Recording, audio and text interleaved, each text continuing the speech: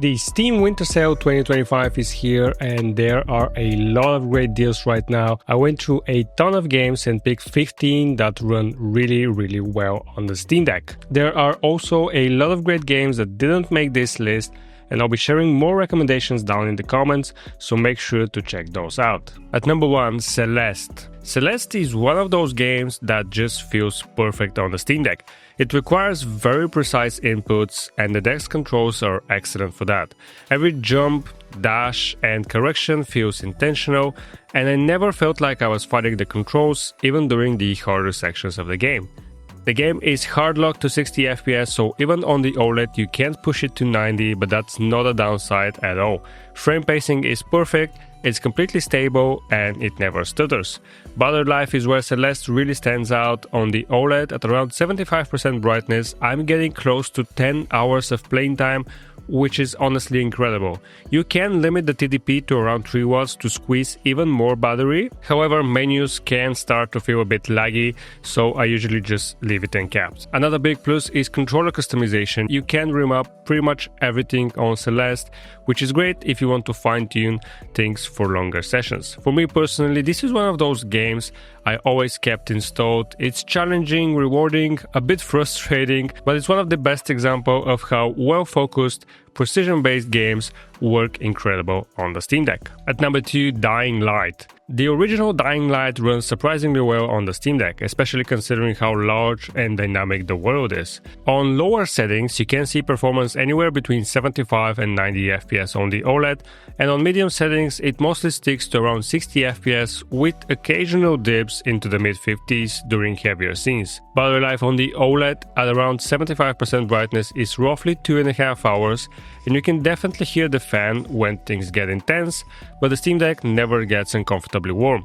Controls aren't fully customizable, but there are presets you can choose from, along with sensitivity and auto-aim options that help dial things in. What really makes Dying Light shine on the Steam Deck for me is, of course, the parkour. Running across rooftops, chaining jumps and fighting zombies in first person just feels great, and it's still one of the most fun open world games you can buy for that price. At number 3, Wolfenstein: The New Order. All of the modern Wolfenstein games run great on the Steam Deck, but The New Order is the easiest one to recommend.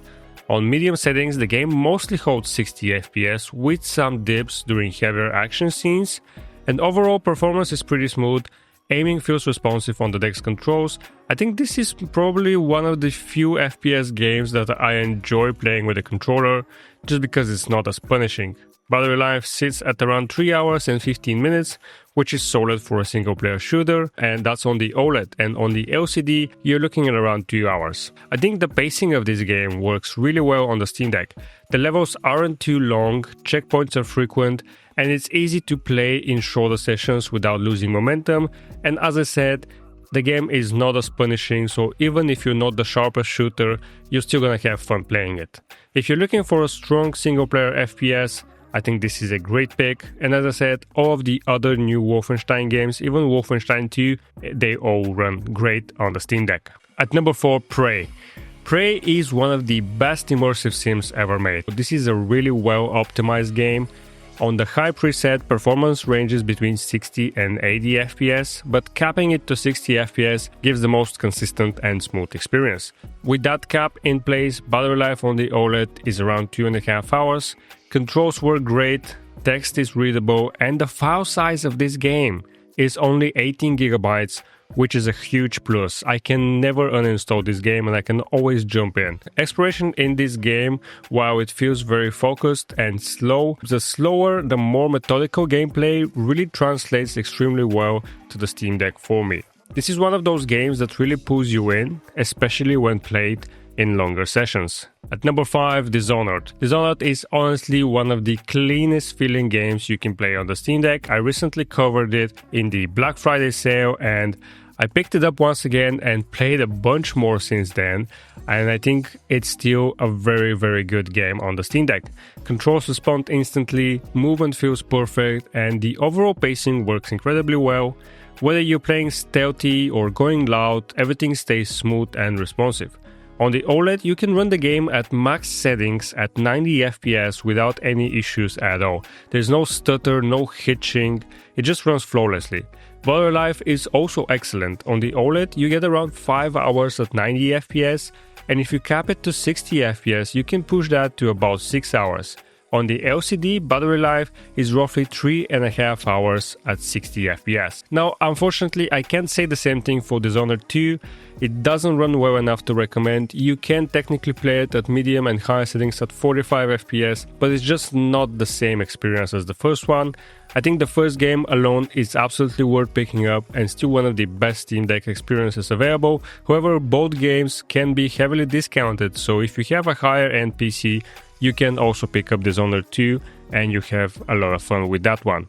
Number 6, Middle-earth, Shadow of Mordor and Shadow of War as well. Now, Shadow of Mordor fits the Steam Deck extremely well. The combat feels great, movement is smooth, and the Nemesis system still makes every encounter very, very interesting.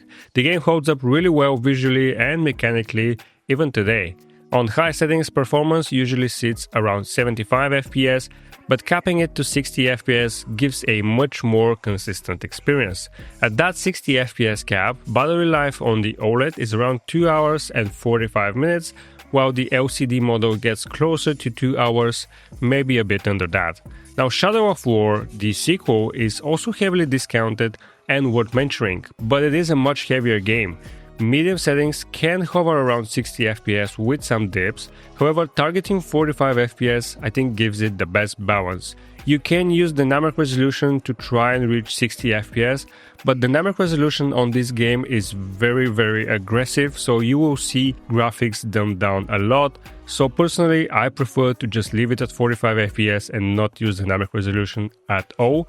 The second game is also over 100 GB in size, so if storage is an issue for you, this might not be the perfect pick, but overall it's still a very good experience on the Steam Deck. At number 7, Need for Speed Hot Pursuit Remastered.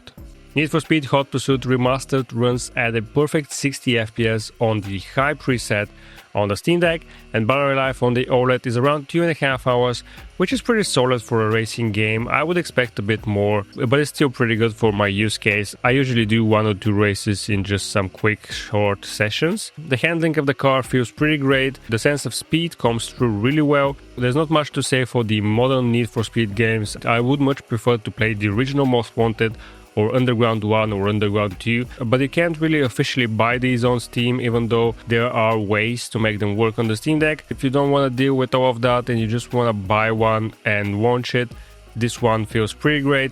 This game will install EA Launcher, but you only have to deal with it once during the first initial setup. Another great option during the sale is Need for Speed Most Wanted, the 2012 version.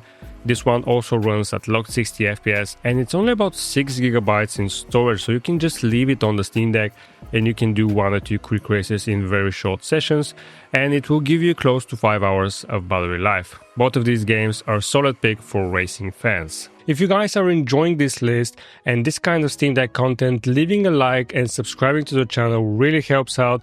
I'm trying to get to 6,000 subscribers by the end of the year and I think we can do it. At number 8, Mortal Kombat X.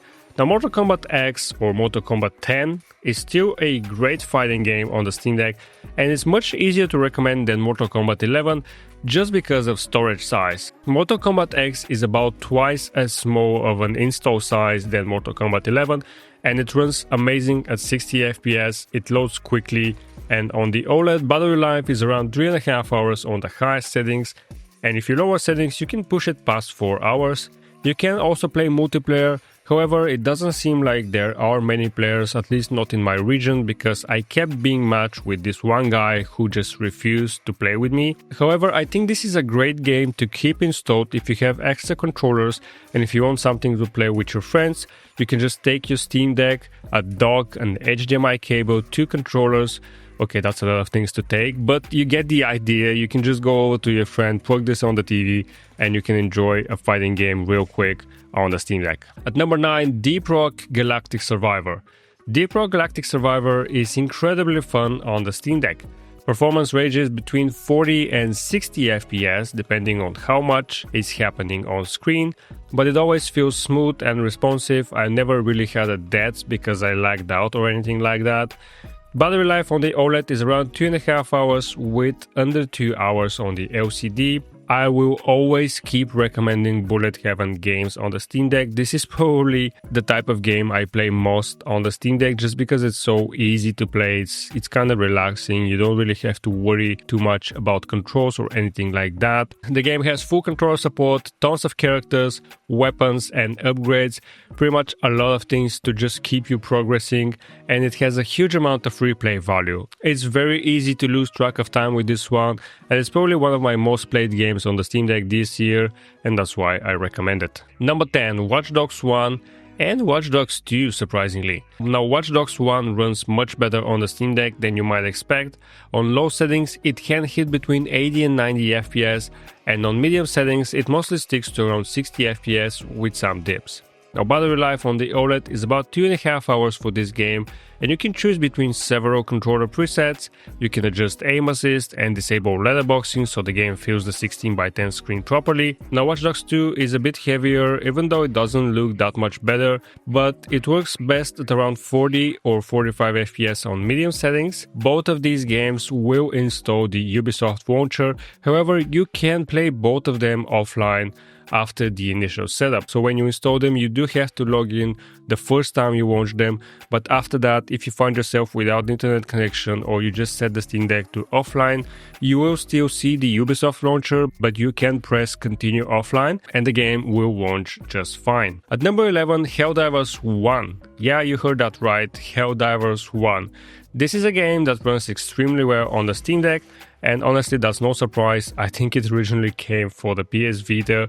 On high settings it can run at 90 FPS, it supports full controller customization and is just plain fun. It's exactly like Helldivers 2, however it is a top-down isometric view. Battery life on the OLED is over 4.5 hours, which is excellent for this kind of game. Multiplayer works great, missions are fast and intense, and it's still one of the best co-op shooters you can buy at this price, and there's actually a lot of people that play online, so you will be able to find others to play with. Number 12, Ryse, Son of Rome. Ryse looks and plays surprisingly well on the Steam Deck. This is a game that I never originally checked out because it wasn't running on my old PC when it came out. This is from the creators of Ryse, so you can imagine how hard it was to run back in the day. However, a lot of people recommended it last time around because it went for a ridiculously low price.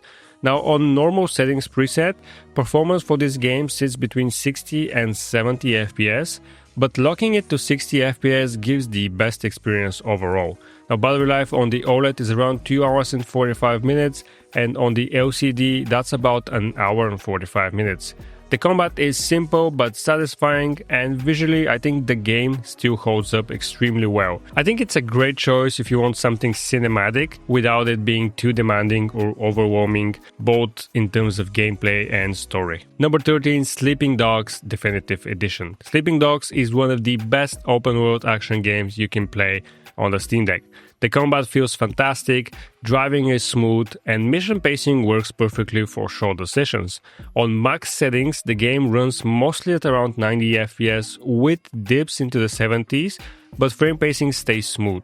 Battery life on the OLED is around 2 hours and 45 minutes at 90 FPS and closer to 3.5 hours if you cap it to 60 FPS, and honestly I prefer to just cap it to 60 FPS for that consistency, and on the LCD you can expect roughly 2.5 hours at 60 FPS. This is a very easy recommendation. I think it's still one of the best open world games, and at that price it's a must grab.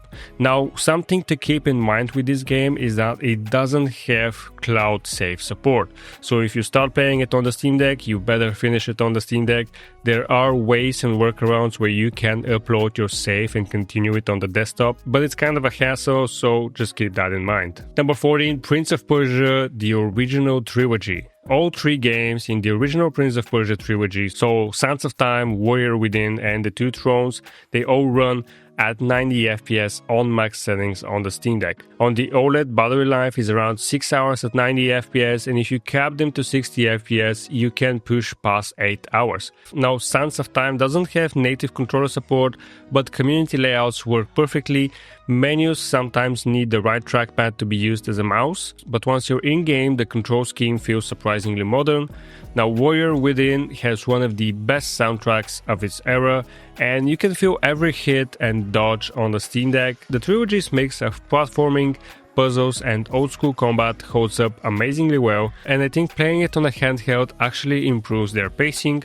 There's no Ubisoft launcher required, no online requirements, just pure classic action-adventure gameplay, and for the price they're going, this is a ridiculous amount of content, and if you've never played them, now is the time to pick them up and enjoy them on the Steam Deck. And finally, at number 15, last but not least, is Riff.